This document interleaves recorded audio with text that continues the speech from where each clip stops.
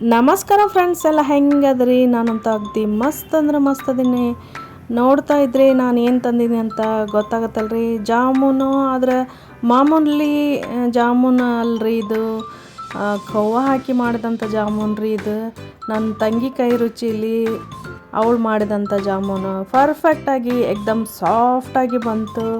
ಅದಕ್ಕೆ ಹೆಂಗೆ ಮಾಡಿದ್ದು ಮತ್ತು ಏನೆಲ್ಲ ಹಾಕಿ ಮಾಡಿದ್ಲು ಅಂತಂದು ಫಟಾಫಟ್ ಹೇಳ್ತಾ ಹೋಗ್ತೀನಿ. ಹಾಗೆ ಸ್ಕಿಪ್ ಮಾಡಿದ ವಿಡಿಯೋನ ನೋಡ್ತಾ ಹೋಗ್ರಿ.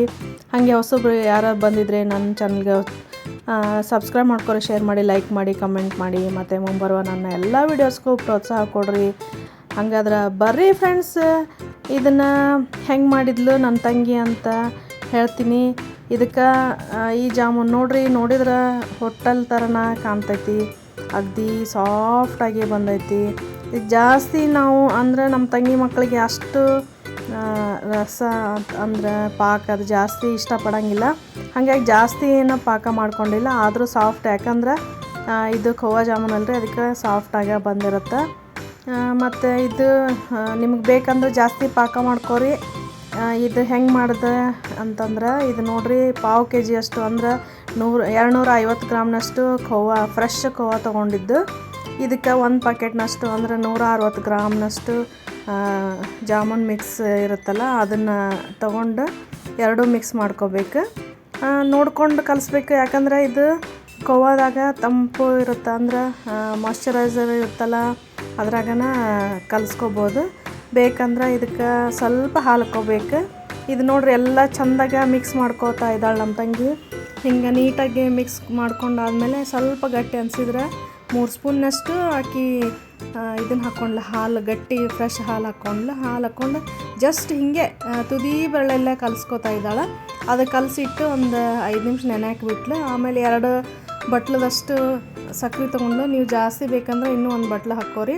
ಇದೇ ಮೆಜರ್ಮೆಂಟಲ್ಲಿ 2 ಕಪ್ನಷ್ಟು 2 ಬಟ್ಲಷ್ಟು ನೀರು ಹಾಕ್ಕೋತಾ ಇದ್ದಾಳೆ. ಇದು ನೋಡ್ರಿ, ಇದು ಇಬ್ಬರು ಕೂಡ ಮಾಡಿದ್ದು ಜಾಮೂನು. ಆಮೇಲೆ ಇದನ್ನು ಕುದಿಯಾಕಿಟ್ಲು. ಚೆಂದಾಗಿದ್ದು ಒಂದು 5ರಿಂದ 8 ನಿಮಿಷ ಕುದಿಬೇಕು. ಪಳ ಕುದ್ಮೇಲೆ ಎಳೆ ಪಾಕ, ಅಂದರೆ ಜಾಸ್ತಿ ಪಾಕ ಏನು ಬೇಡ, ಎಳೆ ಪಾಕ ಬಂದ್ರೆ ಸಾಕು. ಅಷ್ಟಾದಮೇಲೆ ಗ್ಯಾಸ್ ಆಫ್ ಮಾಡಿದ್ಲು. ಈಗ ನೋಡ್ರಿ, ನೆಂದಿತ್ತಲ್ಲ ಹಿಟ್ಟೇನು ಭಾಳ ನೆನ್ಸೋದು ಬ್ಯಾಡ್ರಿ, ಯಾಕಂದ್ರೆ ಖೋವಾ ಹಾಕಿತ್ತಲ್ರಿ. ಅದು ನೀಟಾಗಿ ಈ ಥರ ಉಂಡೆ ಕಟ್ಟಿಡ್ಬೇಕು. ಇಷ್ಟು ಸೈಜಿಂದ ನಿಮ್ಗೆ ಎಷ್ಟು ಸೈಜ್ ಬೇಕು ಅಷ್ಟು ಮಾಡ್ಕೊರಿ. ನಮ್ಮ ತಂಗಿ ಮೀಡಿಯಮ್ ಸೈಜ್ನಾಗ ಇಷ್ಟು ಮಾಡ್ಕೊಂಡ್ಲೆ, ಎಲ್ಲ ರೆಡಿ ಮಾಡಿಟ್ಲು. ನೋಡ್ರಿ, ಇದು ರೆಡಿ ಆಯ್ತು. ಆಮೇಲೆ ಇನ್ನೊಂದು ಏನಂತಂದ್ರೆ, ಹಿಂಗೆ ರೆಡಿ ಆಗಿದ್ದನ್ನ ಎಣ್ಣೆ ಒಳಗೆ ಕರೆದಿಲ್ರಿ ನಮ್ಮ ತಂಗಿ. ಮನ್ಯಾಗ ಮಾಡಿದ ತುಪ್ಪ ಆಯಿತು, ಅದ್ರಾಗನ ಕರೆದ್ಲು. ತುಪ್ಪ ಹಾಕಿ ಖೋವಾ ಹಾಕಿ, ತುಪ್ಪ ಹಾಕಿ ಕರಿಯೋದು, ಖೋವಾ ಹಾಕಿ ಮಾಡೋದು ಅಂತಂದ್ರೆ ಇನ್ನೂ ಭಾರಿ ಟೇಸ್ಟ್ ಆಗ್ತಾವೆ ರೀ. ಹಾಗಾಗಿ ಇದಕ್ಕೆ 200 ಗ್ರಾಮ್ನಷ್ಟು ತುಪ್ಪ ಹಾಕ್ಕೊಂಡ್ಲು. ಇದು ಮನ್ಯಾಗ ಮಾಡಿದ ತುಪ್ಪ ರೀ. ಅದು ಎಕ್ದಮ್ ಮೀಡಿಯಮ್ ಉರಿಯಲ್ಲಿ ಬಿಸಿ ಮಾಡಿಕೊಂಡು ಸ್ವಲ್ಪ ಹಾಕಿ ನೀಟಾಗಿ ಕರ್ಕೋಬೇಕು. ಇದು ಜೋರು ಉರಿ ಏನು ಬೇಡ, ನೋಡ್ರಿ, ಮೀಡಿಯಮ್ ಉರಿ ಒಳಗನ ಚೆಂದಾಗೆ ಕರ್ಕೋತಾ ಇದ್ದಾಳೆ. ಇದು ಎಷ್ಟು ಅಂದರೆ ಕೆಂಪಾಗೋಂಗೆ ಕರಿಬೇಕು, ಅಂದ್ರೆ ಒಳಗೆಲ್ಲ ಬೇಯುತ್ತಾ ನೀಟಾಗಿ ಕರ್ಕೋತಾ ಇದ್ದಾಳೆ. ಒಂದೊಂದು ಒಬ್ಬಿ ಹಾಕಿ ನೋಡ್ರಿ, ಇಷ್ಟಾದ್ರೆ ಪರ್ಫೆಕ್ಟ್. ಹಿಂಗೆ ಎಲ್ಲನೂ ಕರೆದಿಟ್ಕೊತಾ ಇದ್ದಾಳೆ.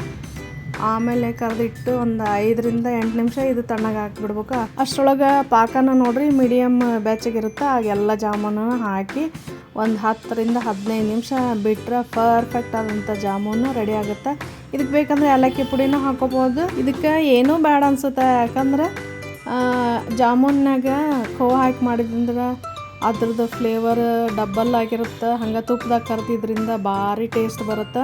ಎಣ್ಣೆ ಒಳಗನ ಕರಿಬೋದು, ಅದ್ರ ತುಪ್ಪದೊಳಗನ ಕರೆದ್ಲು ನಮ್ಮ ತಂಗಿ. ಯಾಕಂದ್ರೆ ಮಕ್ಕಳಿಗೆ ಅಂತಂದು ಭಾಳ ಇಷ್ಟಪಡ್ತಾರೆ, ಹಾಗಾಗಿ ಆರೋಗ್ಯಕ್ಕೆ ಚಲೋ ಅಂತಂದು ತುಪ್ಪದಾಗನ ಕರೆದ್ಲು. ನೋಡ್ರಿ, ಪರ್ಫೆಕ್ಟ್ ಆದಂಥ ಖೋವಾ ಜಾಮೂನು ರೆಡಿ ಆಯಿತು. ಭಾರಿ ಟೇಸ್ಟ್ ಆಗಿತ್ತು ರೀ. ನಾನಂತೂ ಫಸ್ಟ್ ಟೈಮ್ ತಿಂದಿದ್ದು. ಹಂಗೆ ನಮ್ಮ ತಂಗಿ ಮಾಡ್ತಾ ಇರ್ತಾಳೆ, ಅದಕ್ಕೆ ಆಕೆ ಕಡೆಯಿಂದ ಇನ್ನೊಂದು ಸಲ ವಿಡಿಯೋ ಸಂಬಂಧ ಮಾಡಿಸಿದೆ. ಭಾಳ ಚಲೋ ಮಾಡಿದ್ಲು ರೀ. ನೀವು ಒಂದು ಸಲ ಟ್ರೈ ಮಾಡಿರಿ, ಹೆಂಗಾಯ್ತು ಅಂತ ಕಮೆಂಟ್ ಸೆಕ್ಷನ್ನಲ್ಲಿ ನನಗೆ ತಿಳಿಸಿ. ಮತ್ತೊಂದು ರೆಸಿಪಿ ಜೊತೆಗೆ ಮತ್ತೆ ಬರ್ತೀನಿ ರೀ.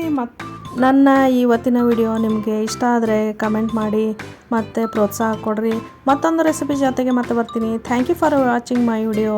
ಧನ್ಯವಾದಗಳು.